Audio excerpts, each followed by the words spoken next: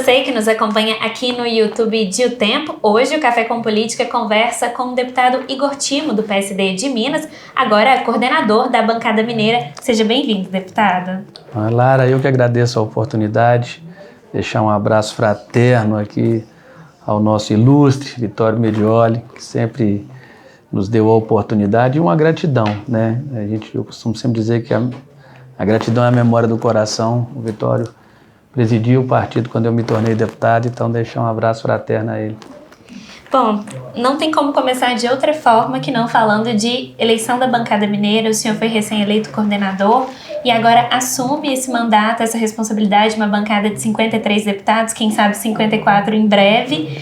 E eu queria saber do senhor quais são as prioridades da bancada agora. Vivemos uma eleição um pouco turbulenta, dá para dizer assim, nos bastidores. Foi necessária uma mudança de regimento para determinar a eleição. E agora, quais são os próximos passos? Na verdade, é motivo de muito orgulho, né? Ter conseguido alcançar talvez um dos sonhos de todo parlamentar mineiro, coordenar a segunda maior bancada do Congresso, né? São 53 deputados, 3 senadores, né? Então é uma bancada muito expressiva e muito qualificada. Então preciso agradecer aos pares, né? Aos meus colegas de bancada pelo voto de confiança, pela oportunidade de ajudá-los, né, nessa construção de um trabalho profícuo em prol do nosso Estado, e falar que isso também nos traz muita responsabilidade. Então, com esse senso de responsabilidade, a gente tem dialogado. Hoje eu tive a oportunidade de conversar com vários pares. Possivelmente na próxima semana estaremos já fazendo a nossa primeira reunião de bancada, justamente para alinhar as diretrizes. E certamente o que a gente quer fazer é o simples bem feito, né? Nós acreditamos na importância das ações do governo do Estado e sabemos que as ações em prol do nosso Estado consistem inicialmente em continuar fortalecendo a nossa saúde. É de suma importância que a gente possa investir cada vez mais na saúde, é o nosso bem maior, sem esquecer a nossa infraestrutura. Por ser um Estado com a maior malha do país, temos a necessidade de continuar investindo no melhoramento das nossas rodovias. Temos também grandes obras a serem feitas, como a questão do próprio anel da capital, que a gente sabe que é fundamental, vai melhorar muito o trânsito na capital. Obras estruturantes, como a gente tem trabalhado para acontecer agora em Contagem, já vão ser iniciadas em breve. Enfim, tem muitas obras estruturantes que precisam ser feitas. A nossa segurança pública, nós sabemos muito da importância que é trabalhar em prol da segurança. A infraestrutura é uma área que precisa ser priorizada, a gente sabe das grandes obras que precisam ser realizadas no nosso Estado. E a segurança pública. A segurança pública, eu tive a oportunidade hoje de receber 2 instituições importantes aqui no gabinete justamente para tratar dessas ações. Recebemos aqui os representantes da nossa gloriosa Polícia Militar, que completa agora seus 250 anos. Recebemos também a doutora Letícia, chefe da Polícia Civil, essa instituição que eu tive a oportunidade, inclusive, de prestar serviço a ela, a minha juventude. Entrei lá aos 16 anos de idade para concluir a minha formação técnica no 2º grau técnico, e agora estou tendo a oportunidade de retribuir, né? Então nós tivemos uma conversa muito boa hoje. A Polícia Penal, que a gente já fez um trabalho aqui na devida criação da mesma, temos até uma homenagem aqui no nosso gabinete prestado por eles. As nossas guardas municipais, que certamente serão inseridas também no orçamento, então é uma área que é de suma importância também reforçar os investimentos, e o nosso fortalecimento da agricultura familiar. Nós trabalhamos muito para inserir algumas áreas na área de abrangência da Codevasf, né? O Alto Rio Pardo, o Vale do Jequitinhonha, o Vale do Mucuri, e hoje essas regiões estão transformadas através de implementos, de ações, de arranjos produtivos locais que têm sido implantados nessas regiões. Então eu entendo que essas áreas serão as áreas prioritárias para um primeiro momento, sem esquecer, obviamente, a nossa educação, né? Os reitores, pró-reitores têm sempre vindo aqui a Brasília e nos demandado também, e a gente sabe que a educação é fundamental. Talvez seja, sem sombra de dúvidas, uma das principais ferramentas de transformação social, e a gente tem trabalhado muito para garantir que não falte investimento para as nossas universidades, para os nossos IFETs, enfim, para todos que porventura tenham contribuído com a formação, né, dos nossos jovens aí para preparar uma sociedade cada vez mais capacitada. Deputado, o senhor falou em obras, investimentos, e acho que a gente inevitavelmente entra em um assunto um pouco sensível, que é a questão das emendas parlamentares. Hoje a gente vive uma indisposição muito grande na Câmara, principalmente entre os parlamentares, que se queixam da execução dessas emendas pelo Poder Executivo. Como é que o senhor vai atuar agora como coordenador da bancada? Como é que estão esses diálogos? E qual é esse momento? Qual o diagnóstico que o senhor faz desse momento que vivemos aqui no Congresso Nacional? Lara, eu acho que o primeiro ponto a ser abordado nesse sentido é tentar explicar para a população esse conceito da emenda parlamentar.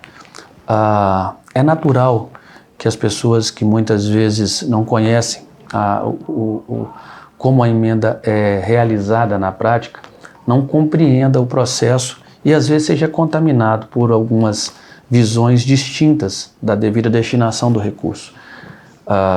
A emenda parlamentar é um instrumento legítimo e legal de se realizar transformações sociais. Então, o conceito que os parlamentares conseguiram nos últimos anos de ampliar as suas indicações é justamente para fazer justiça social. Porque, pense você, antigamente o recurso ficava restrito ao executivo e os parlamentares tinham que ficar dioturnamente visitando os ministérios para levar as suas demandas, que muitas vezes ele vai estar discutindo a sua demanda com alguém que não tem sequer o conhecimento necessário daquela necessidade. Eu digo isso porque como é que algum ministro que porventura não conheça Vale do Jequitinhonha, a minha região de origem, uma das regiões mais carentes do Brasil, tem um povo trabalhador, um povo acolhedor, mas é uma região que falta políticas públicas de todas as espécies. Dentre elas temos um problema crônico com a escassez hídrica e poucas ações foram feitas no intuito de enfrentar a seca regional.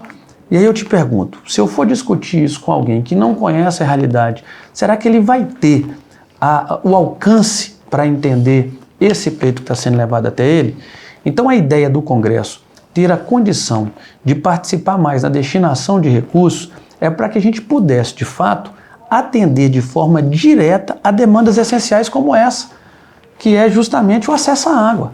Então estou dando um exemplo de uma frente, mas a gente pode falar de inúmeras. A gente pode falar de estradas, a gente pode falar de saúde, a gente pode falar de segurança pública. Como que você acha que nós conseguimos, por exemplo, fazer um resgate da segurança pública no nosso estado? Fazendo com que o nosso estado, mesmo passando por todas as dificuldades que ele passou, continuasse aí como um dos estados mais seguros do Brasil. Isso se deu através de recursos de emenda parlamentar. Foram esses recursos que foram destinados para a aquisição de milhares de viaturas no nosso estado. Eu estou para falar com você que foram mais de 3 mil, quase 4 mil viaturas, através de emendas parlamentares. Isso fez com que Minas fosse na contramão da maioria dos estados, onde os índices de criminalidade muitas vezes aumentaram. Em Minas, ele diminuiu de forma drástica. E isso foi justamente em função de investimentos. E isso se deu através de emendas parlamentares. O que muitas vezes contamina a visão da população é quando alguém fala que a emenda parlamentar é sinônimo de corrupção, é sinônimo de desvio. E é muito importante trazer luz a esse tema. A emenda parlamentar, ela não fica na gaveta do parlamentar aqui para levar as suas bases. Ela não é transportada em malas. Ela é transferida fundo a fundo, com todo o lastro necessário para sua vinculação. Se porventura essa emenda estiver sendo mal gerida, ela só pode acontecer se a ponta permitir. Então, se você me perguntar, ô Gigo, qual que seria a condição de fazer um desvio de emenda? Só se na ponta, aonde ela chegar e for usada, for feito de forma equivocada. Então, muitas vezes se responsabiliza o Congresso por essa gestão, mas esquece que o recurso só vai poder ser desviado se ele chegar na ponta e for mal versado. Então, é muito importante trazer essa clareza à população para que ele entenda que quando a gente está daqui indicando a emenda, o que a gente espera é que ele seja usado da melhor forma possível. Se porventura algum parlamentar estiver desviando esse foco, que ele responda por isso, e nós temos todas as instituições de controle, os mecanismos necessários para que isso aconteça.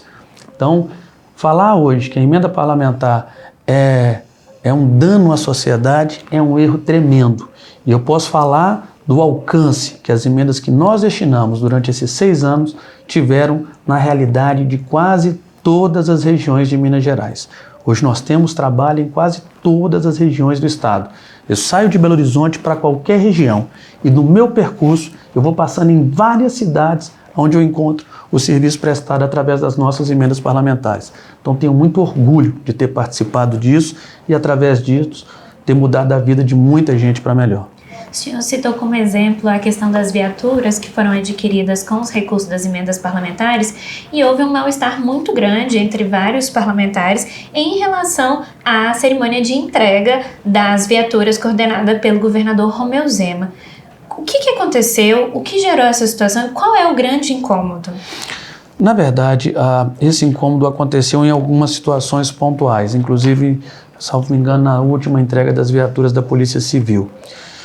O que acontece de fato é que o parlamentar, muitas vezes, em função dessa distorção da visão do seu trabalho, ele acaba tendo uma condição muito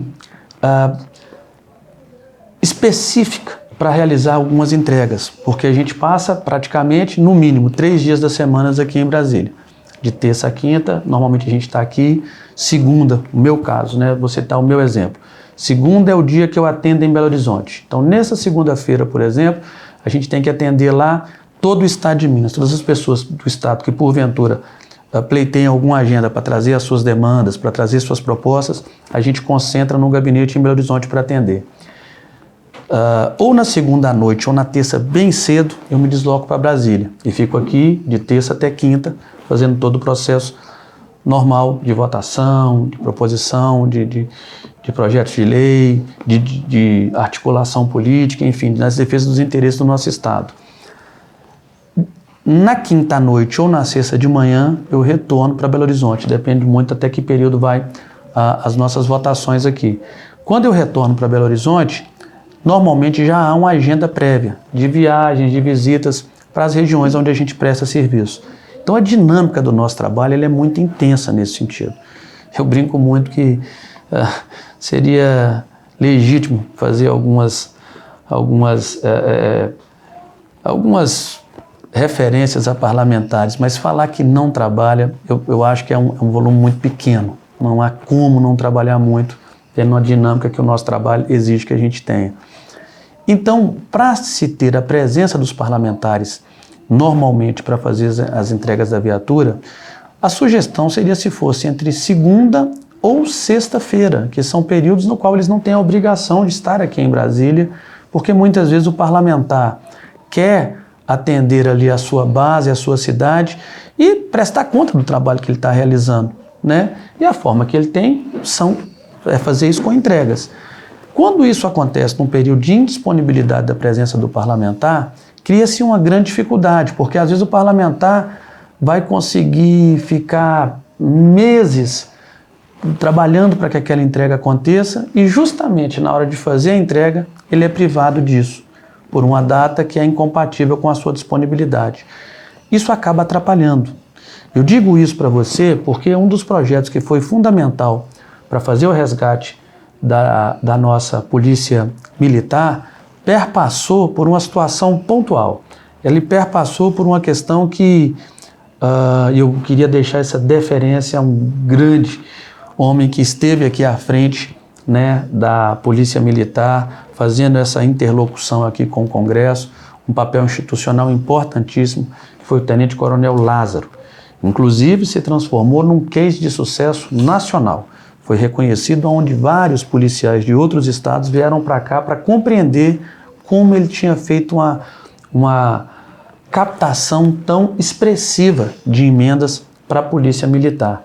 E isso se passou justamente porque foi permitido que nós dialogássemos com ele numa forma propositiva para atender as cidades. E por que eu digo isso?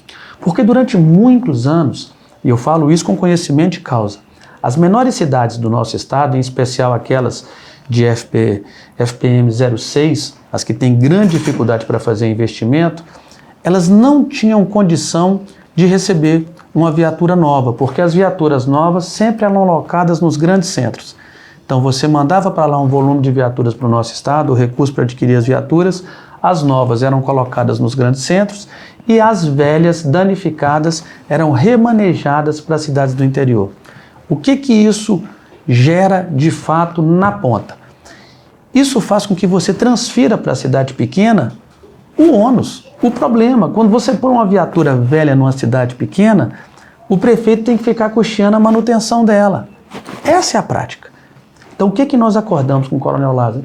Que a gente iria fazer um trabalho onde ele iria fazer um mapeamento da criminalidade no Estado e os parlamentares com votação legítima em determinadas cidades ou região ajudariam a cuidar dessas cidades, dessa região.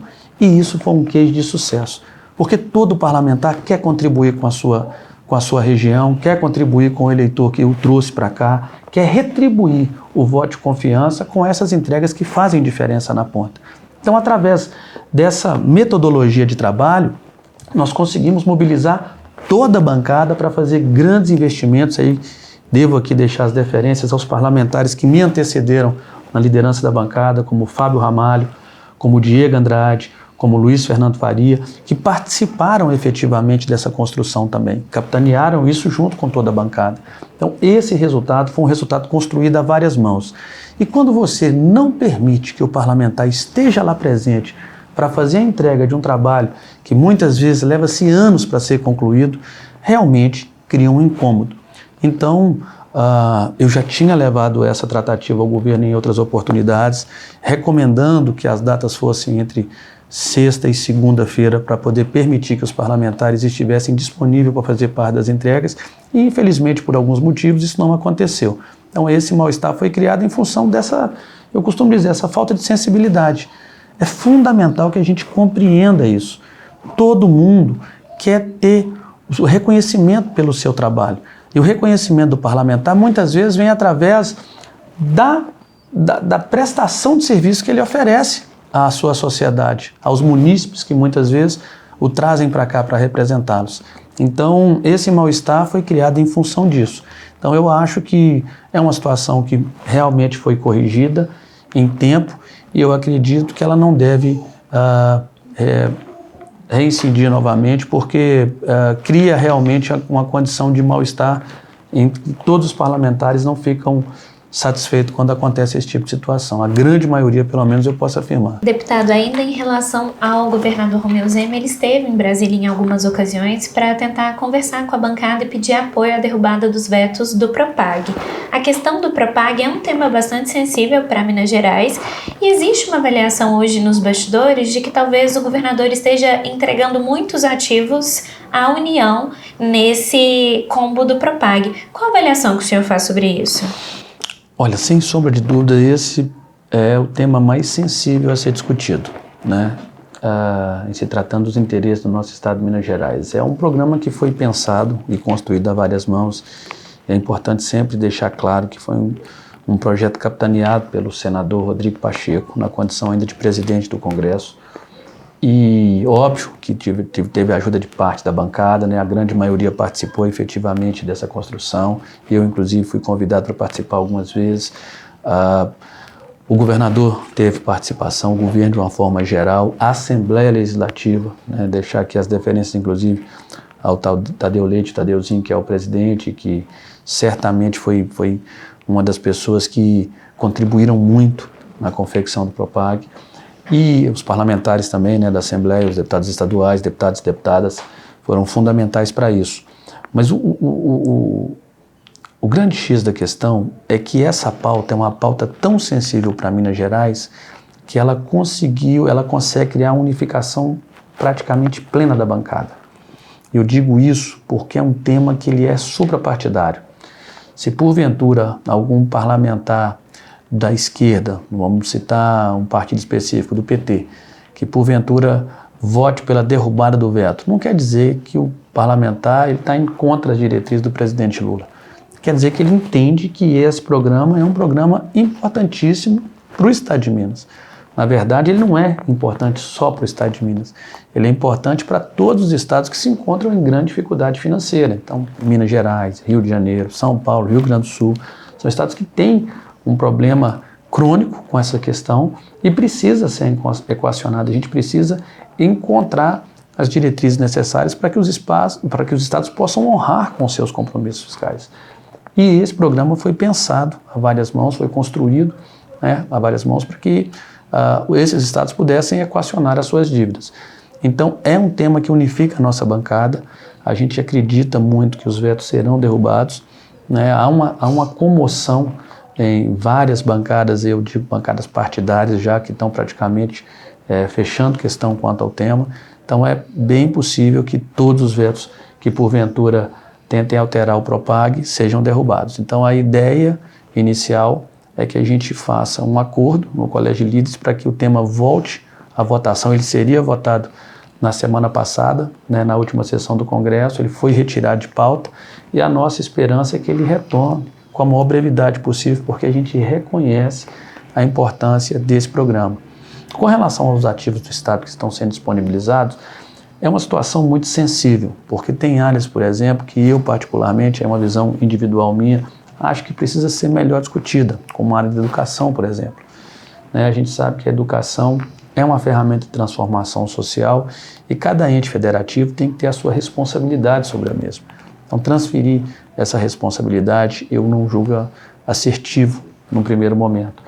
Outras áreas a gente precisa reconhecer se os valores estarão compatíveis com os valores de mercado. A gente ouve falar muito que algumas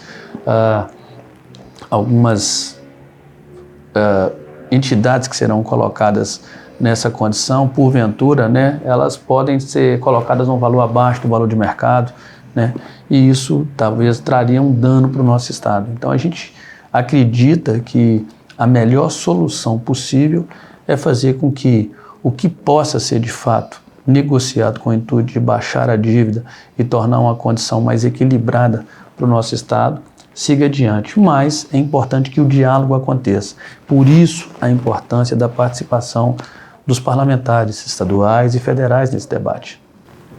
Perfeito. O senhor citou um nome chave, talvez, para Minas Gerais, principalmente nessas articulações agora para 2026, o senador Rodrigo Pacheco. Hoje, no PSD, o senador é tratado como pré-candidato ao governo de Minas? E é o melhor nome, na sua opinião? Olha, quando a gente trata de Rodrigo Pacheco, eu costumo dizer que eu sempre dou um testemunho sobre a trajetória do Rodrigo, né? A parte da trajetória que eu pude acompanhar, né? Tem uma parte que eu não acompanhei na condição dele enquanto deputado federal, mas eu tive conhecimento aqui na casa que os funcionários de carreira da casa, da CCJ, quando ele deixou a presidência, fizeram uma carta reconhecendo que nunca na história ela foi tão eficiente e respeitada. Então isso é um reconhecimento dos funcionários de carreira da casa ao trabalho que ele fez lá. Quando eu cheguei aqui, ele já estava na condição de senador. E aí me permita fazer essa justiça. Justiça essa que eu tenho certeza que a história fará a trajetória do Rodrigo.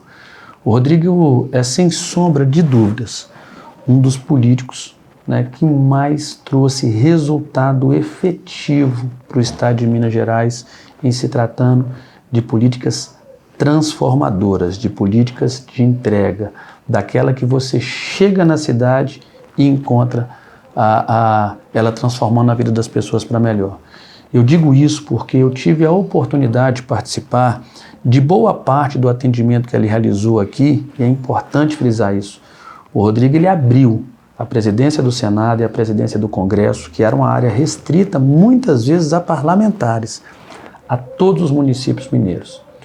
E isso fez com que, sem sombra de dúvida, praticamente todos voltassem, né, todos os prefeitos que vieram até aqui voltassem para os seus municípios com uma obra estruturante, com equipamento de grande porte, com investimento em várias frentes, seja ela infraestrutura, saúde, educação, para os seus municípios. Então eu posso garantir para você que se tem um parlamentar que muito contribuiu com Minas Gerais e, sem sombra de dúvida, talvez um dos que mais contribuiu com Minas Gerais com entregas diretas, essa pessoa é o Rodrigo Pacheco. E eu estou falando isso como testemunho porque eu acompanhei esse atendimento. Eu vi muitos prefeitos serem atendidos, eu sei o tamanho que foi o alcance do trabalho dele quando eu chego na ponta e vejo as obras sendo realizadas. Agora, por exemplo, eu estava despachando na Codevasf e ontem ainda uma obra de quase 10 milhões de reais, várias obras de quase 10 milhões de reais que vão atender vários municípios, com aproximadamente entre 1 milhão a 2 milhões cada município. Então eu estou falando de uma ação, mas se a gente for falar dessa ação agora, das entregas das máquinas lá em Minas, foram mais de 300 máquinas e certamente ele foi peça fundamental nessa captação.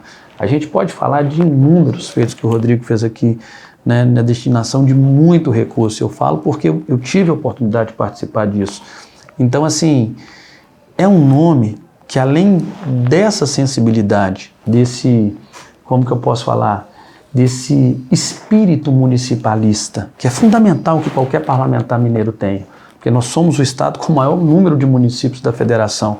Então, o parlamentar que não se preocupa com os municípios, principalmente em se tratando de Minas Gerais, ele muitas vezes corre um risco muito grande de cometer algum equívoco, porque a vida das pessoas acontece nos municípios. Então, se você não mudar a vida da pessoa na cidade onde ela mora, ela não quer saber se o estado vai bem ou se o país vai bem, porque ela mora ali. Se a rua dela não estiver pavimentada, ela não quer saber se as rodovias estão muito bem pavimentadas, porque quando ela sai de casa, ela está na terra. Se ela não tem água na torneira, se ela não tem saúde decente, se ela não tem uma educação transformadora e acolhedora para os seus filhos, isso é que muda a vida das pessoas. E quem não investe nisso, muitas vezes perde a oportunidade de contribuir. O Rodrigo fez esses investimentos, deu uma grande contribuição para o nosso estado e é, sem sombra de dúvida, um dos melhores quadros da política mineira. E quem está falando isso não sou eu não, é a trajetória dele. Se você tratar com qualquer parlamentar que porventura conviveu com Rodrigo Pacheco, se ele tiver que falar mal é porque ele pode achar que ele não foi pessoalmente contemplado. Mas ele não vai conseguir apontar uma cidade que o Rodrigo não tenha atendido. Eu tenho certeza absoluta que praticamente todos os municípios de Minas Gerais têm alguma participação efetiva de trabalho prestado por ele. Ele é pré-candidato? Eu acho que é, sem sombra de dúvida, um dos melhores quadros a governo do estado, a qualquer cargo que ele venha pleitear. Acho que é um nome que é bem-vindo, né? Se você perguntar aos senadores se eles acham que o Rodrigo é um nome qualificado, porque ele presidiu a casa, inclusive é importante frisar isso, em 2 momentos muito sensíveis, né? Nos 2 momentos do último mandato anterior e nos 2 momentos do início desse mandato, eu posso garantir que eles vêm sofrendo muito com isso. E aí é importante a gente deixar claro que uma das coisas que mais incomoda é ver que uma pessoa como o Rodrigo, que trabalhou tanto pelo Estado, está sendo contaminado por um viés ideológico, por alguém que acredita que ele só seria bom ou ruim se ele tivesse proposto ou colocado em pauta um impeachment de ministro. Isso é sintetizar de uma forma muito inadequada uma trajetória como a do Rodrigo, sabe? Eu acho que um feito que ninguém nunca fez seria muita responsabilidade você falar que uma pessoa é obrigada a fazer. E diga-se de passagem, ninguém nunca parou para contar se haveria votos necessários para impeachment um ministro. E isso é de uma leviandade. Fazer essa acusação ao Rodrigo, atribuir a ele essa responsabilidade, eu considero um ato leviano. É um ato que falta com justiça, no mínimo, a pessoas que têm trabalhado tanto pelo Estado. E ele deu outra grande contribuição em se tratando desse tema. É justamente dele o projeto de lei que acaba com as decisões monocráticas, que permite que um juiz, em apenas uma canetada, possa decidir tudo, que vem enfrentar isso e traz para o colegiado essa decisão. E esse projeto de lei que ele elaborou e aprovou no Senado está até hoje aguardando votação na Câmara. Então eu não vejo os parlamentares que muitas vezes o criticam pegar o microfone aqui do plenário e criticar o presidente por não pautá-lo. Isso é faltar com a verdade. É não demonstrar a coragem necessária para enfrentar as suas responsabilidades. E isso, sem sombra de dúvidas, tem contaminado muito a política nacional. É não tratar com clareza com a população. Quando você vê um parlamentar vir aqui cobrar de um deputado impeachment de ministro, é sinônimo de que ele desconhece como o processo tem que ser feito. Ou não quer tratar com clareza, né? Porque não é responsabilidade de deputado fazer impeachment de ministro. Agora, é responsabilidade de votar um projeto como esse que acabaria com as decisões monocráticas. Eles não fazem, não cobram e querem transferir muitas vezes para o Rodrigo exclusivamente essa responsabilidade. Então o Rodrigo é um cara equilibrado, é um cara preparado, consegue discutir qualquer tema com muita propriedade e tem demonstrado ser um dos maiores estadistas em atividade no nosso país. Em uma eventual construção, e agora para encerrar de verdade, sem Rodrigo Pacheco, Matheus Simões é uma opção para o PSD? Eu tenho ouvido muito falar das conversas do Matheus Simões, né, com o partido. Nós temos hoje um dos líderes da base partidária sendo um membro do partido, que é o Cássio Soares, o presidente do PSD no estado de Minas Gerais. Sabemos que ele tem um alinhamento muito bom com o governo, assim como boa parte da bancada federal e estadual tem. Então todos aqui estão trabalhando em prol de Minas. O professor Matheus é, sem sombra de dúvida, um grande quadro. É inegável que a sua trajetória, né, foi vereador, depois vice-governador, é um quadro técnico que precisa ser respeitado, tem dado a sua grande contribuição junto ao governador Romeu Zema, tenho até dito que ele tem tido um grande protagonismo na gestão do governador, e é fundamental que pessoas como o professor Matheus deixem os seus nomes à disposição, porque a gente precisa de gente boa, de gente que quer contribuir e que tem capacidade para fazer. E o professor Matheus tem sim todos os atributos necessários para colocar o seu nome à disposição, para que a população mineira avalie, né, e decida. Eu, particularmente, teria muito orgulho em trabalhar ao lado dele, em ajudar o nosso estado. Já tenho feito isso nas oportunidades onde a gente tem condição de contribuir, e deixo a ele também aqui as deferências e a gratidão por sempre ter sido solícito às demandas que a gente leva ao governo de Minas, assim como o governador. Obrigada, deputado, pela participação. Estivemos hoje no Café com Política com o deputado Igor Timo, do PSD de Minas Gerais, agora coordenador da bancada mineira. A entrevista completa você confere no YouTube e também em optempo.com.br.